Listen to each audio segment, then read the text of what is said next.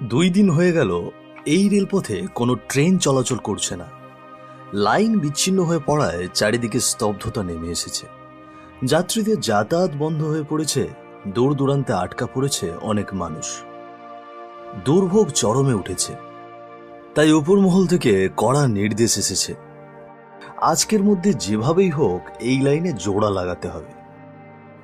দিনভর কড়া রোদে ঘাম ঝরিয়ে কাজ করছে 4-5 জন শ্রমিক। তাদের তত্ত্বাবধানে রয়েছেন একজন সুপারভাইজার। কাজ করতে করতে সন্ধ্যা নেমে এলো, কিন্তু কাজ শেষ হলো না। সন্ধ্যার অন্ধকার নেমে আসতেই তারা বড় হ্যালোজিনের আলোর ব্যবস্থা করে আবার কাজ শুরু করে। চারিদিকে ঝিঝি পোকার ডাক, হালকা বাতাসে গাছগুলো দুলছে, আর আকাশে কালো মেঘের ছুটোছুটি। হায় রে, সন্ধে নেমে এলো তবুও কাজ শেষ হলো না। সারাদিন পর রাতেও কাজ করতে হবে, শরীরটা ক্লান্ত হয়ে গেল। হ্যাঁ রে, ট্রেন বন্ধ হয়ে লোকজন কত কষ্টে আছে, কত মানুষ আটকে পড়েছে নানান জায়গায়। স্যার তো স্পষ্ট বলেছেন আজ রাতেই কাজ শেষ করতে হবে। কিন্তু দেখ তো, আকাশে কেমন মেঘ জমে উঠছে। এখন যদি বৃষ্টি পড়ে তখন তো কাজ আটকে যাবে। রাতে কাজ শেষ করতে পারলে ঝামেলাটা শেষ হতো, নইলে আবার সকালে কাজে লাগতে হবে। ঠিক তখনই সুপারভাইজার পাশে এসে দাঁড়ালেন। তার হাতে খাতা কলম, চোখে চিন্তার ছাপ। শুনছো সবাই, 2 দিন ধরে তোমরা কাজ করছো, কষ্ট তো হচ্ছেই। তোমরা ঠিকই বলেছ, আজ রাতে কাজ শেষ না করলে আবার সকালে ঝামেলা হবে। তাছাড়া উপর থেকে বারবার ফোন আসছে, কাল সকাল থেকে ট্রেন চালু করতেই হবে। মানুষ ভয়াবহ দুর্যোগে আছে। স্যার, শরীরটা যে আর চলছে না, তার মধ্যে আবার বলছেন আজ আবার রাতেও কাজ করতে হবে। হ্যাঁ, কষ্ট হচ্ছে জানি, কিন্তু লাইনটা বিচ্ছিন্ন হয়ে পড়ে আছে, এর মানে বোঝো তো? গোটা রেলপথের যোগাযোগ বন্ধ, তাই আজ রাতেই কাজ শেষ করতেই হবে। ঠিক আছে স্যার, চেষ্টা করব। সবাই আবার যন্ত্রপাতি নিয়ে কাজে লেগে পড়ল। লোহার শব্দ, হাতুড়ির ঠোকাঠুকি ভেসে যাচ্ছে রেল লাইনের চারপাশে। স্যার, আকাশটা কালো হয়ে আসছে, ঝড় বৃষ্টি নামলে তো কাজ করা যাবে না। আমি জানি, তাই তাঁবুর ব্যবস্থা করে রেখেছে। যদি খুব বৃষ্টি হয় তোমরা তাঁবুতেই থাকবে, কিন্তু এখনো পর্যন্ত যতটা সম্ভব কাজ শেষ করে নাও। কাল সকাল হওয়ার আগেই লাইন চালু করতে হবে। ঠিক আছে স্যার, রাত জেগে হলেও আজ কাজ শেষ করব। চারপাশে কালো মেঘে ঢেকে আসে, মেঘ গর্জে ওঠে। হঠাৎ করে ঝমঝমিয়ে বৃষ্টি নামতে শুরু করে। এ যা হলো তো, বলতে বলতে বৃষ্টি চলে এলো। এখন কি আর কাজ হবে? যত তাড়াহুড়ো করছে ততই সমস্যা বাড়ছে। এই চলো চলো সবাই, তাঁবুতে চলো, এ বৃষ্টিতে তো আর কাজ করা সম্ভব নয়। হায় হায়, এই যন্ত্রপাতিগুলো তো ভিজে গেল।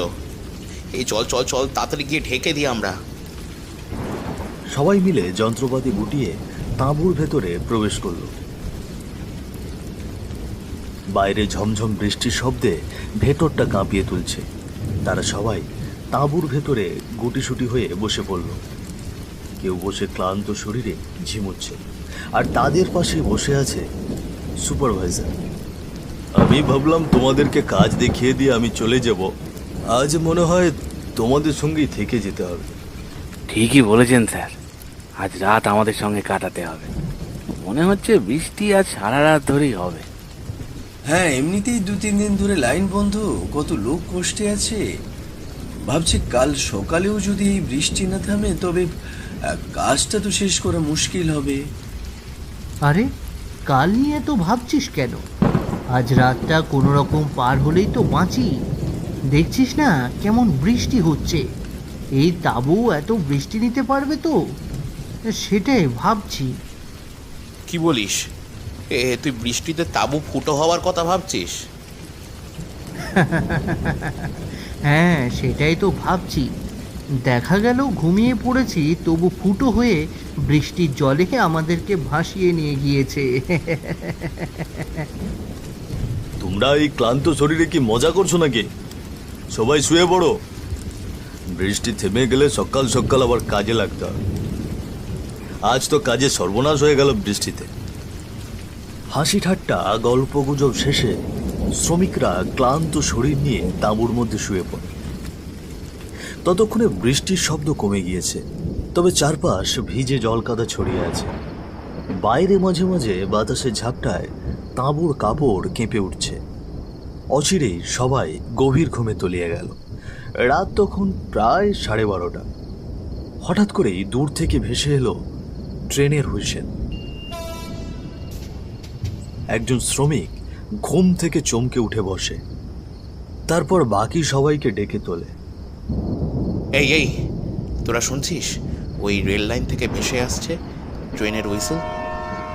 তার চিৎকার শুনে বাকি সবাই ঘুম থেকে উঠে জেগে বসলেন। আরে দূর, তুই স্বপ্ন দেখিসনি তো? আরে এই লাইনে তো ট্রেন আসার কথা নয়, লাইন তো এখন বিচ্ছিন্ন। না রে বা, আমিও শুনছি। হ্যাঁ, একদম পরিষ্কার হুইসেলের আওয়াজ। সত্যিই তো, এই রাতে ট্রেন আসছে, কিন্তু কি করে? এ আবার কি ব্যাপার? ট্রেন আসার তো কথা নয়। যদি ভুলবশত কোনো ট্রেন ছেড়ে দেওয়া হয় তবে তো ভয়ানক দুর্ঘটনা ঘটবে। চলো সবাই বাইরে বের হয়ে দেখি।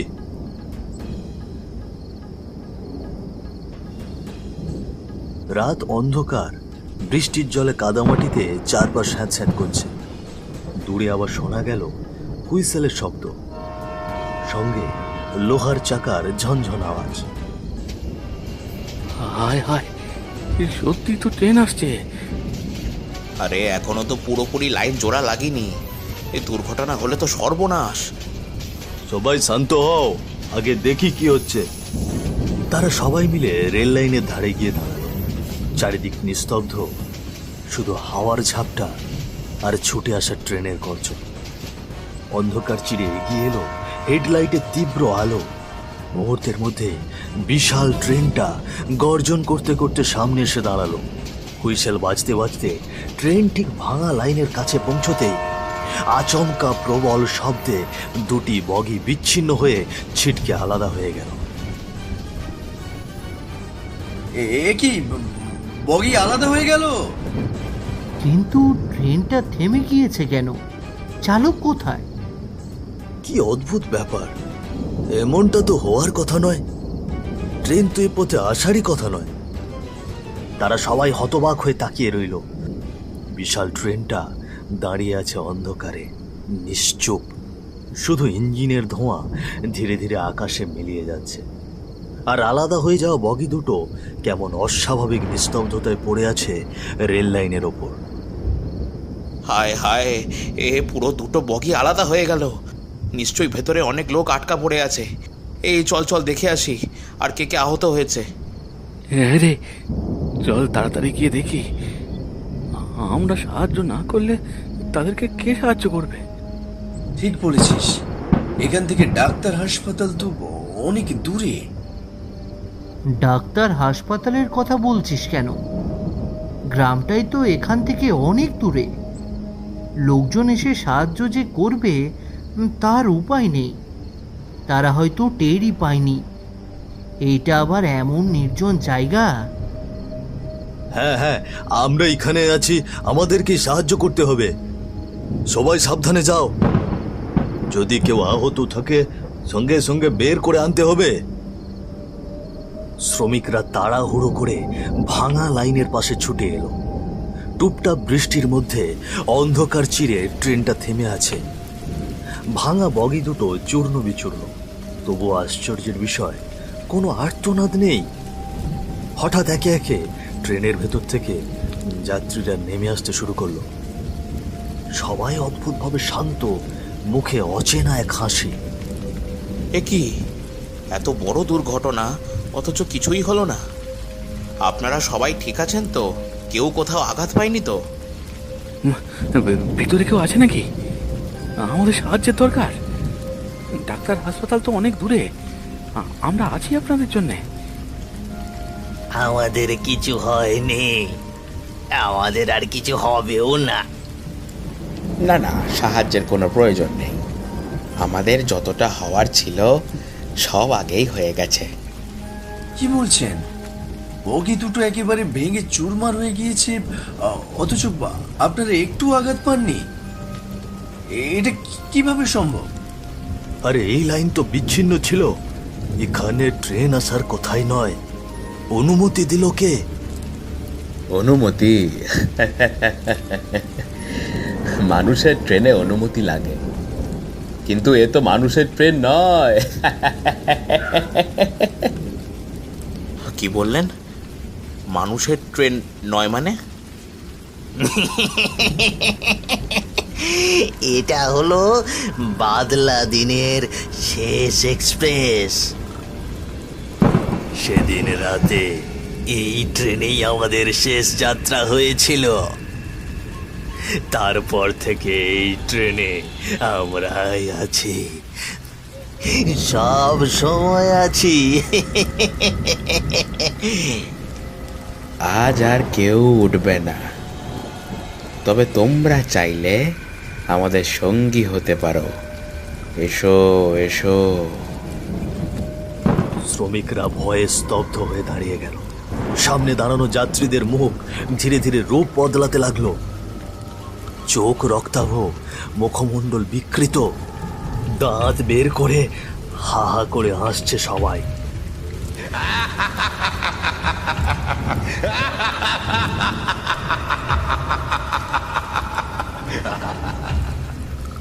ওরে বাবা, এরা মানুষ নয়, পালা সবাই, পালা পালা রে, এরা কেউ মানুষ নয়।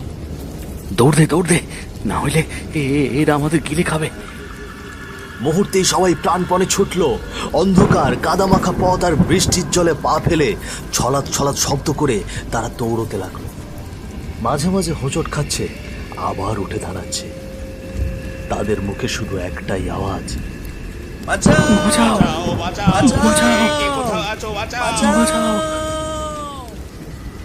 তারা চিৎকার করতে করতে দৌড়চ্ছে। পেছনে তখনও ভেসে আসছে ট্রেনের হুইসেল, হাহাকার আর ভৌতিক হাসির প্রতিধ্বনি, যেন মৃত্যুর শঙ্খ বাজছে চারিদিকে। রাতের নিস্তব্ধতা ভেদ করে দূরে শিয়ালের ডাক শোনা গেল, হুক্কা হুয়া করে। আরো শীতল ভয় প্রবেশ করলো তাদের হাড়ে।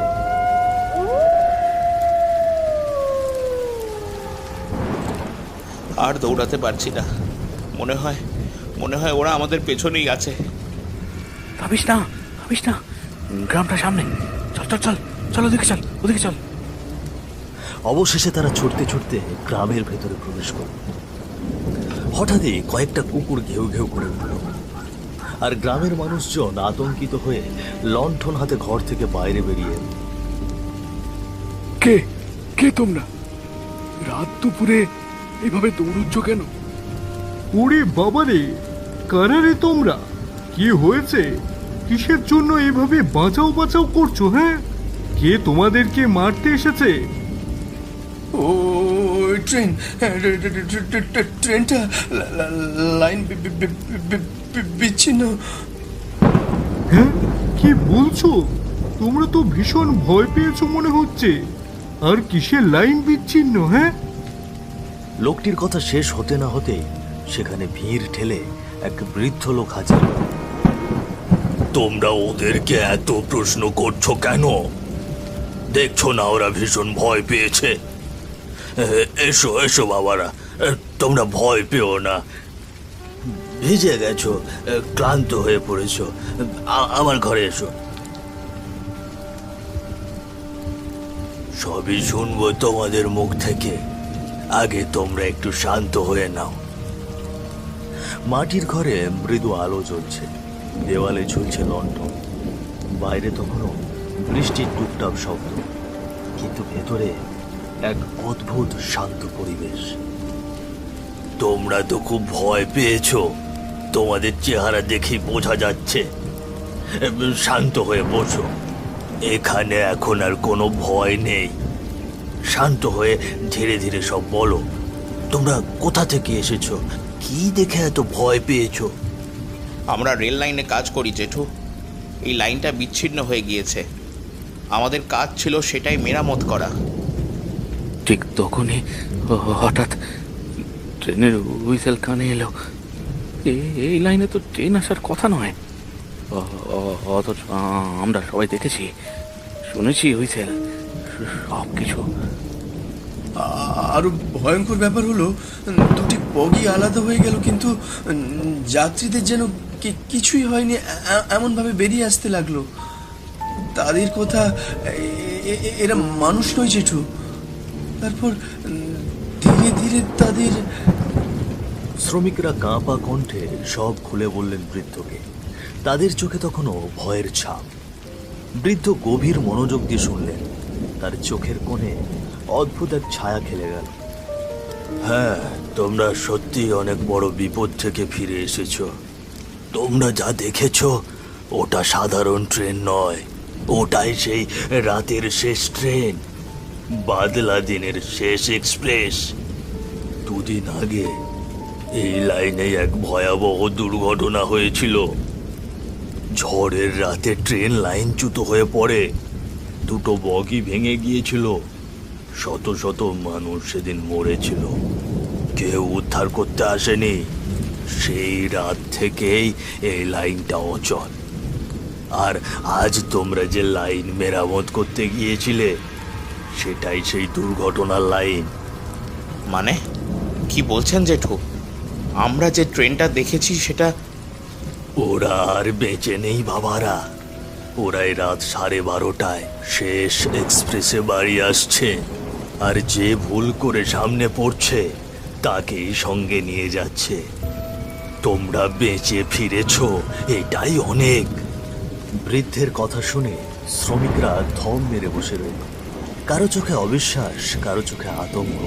তারা বুঝলো যে কাজ তারা করতে এসেছিল তা শুধু লাইন মেরামতের নয়, বরং এক অভিশপ্ত স্মৃতির সামনে দাঁড়ানো।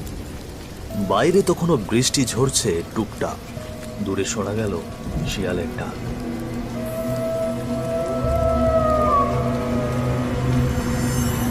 রাতটা যেন আরো ভয়ালো হয়ে উঠল। শ্রমিকদের মনে হলো আজকে রাত তারা প্রাণে বেঁচেছে ঠিকই, কিন্তু সেই ট্রেনের হুইসেল আর অদ্ভুত যাত্রীদের মুখ চিরকাল বুকের ভেতরে ছায়ার মতো লেগে থাকে।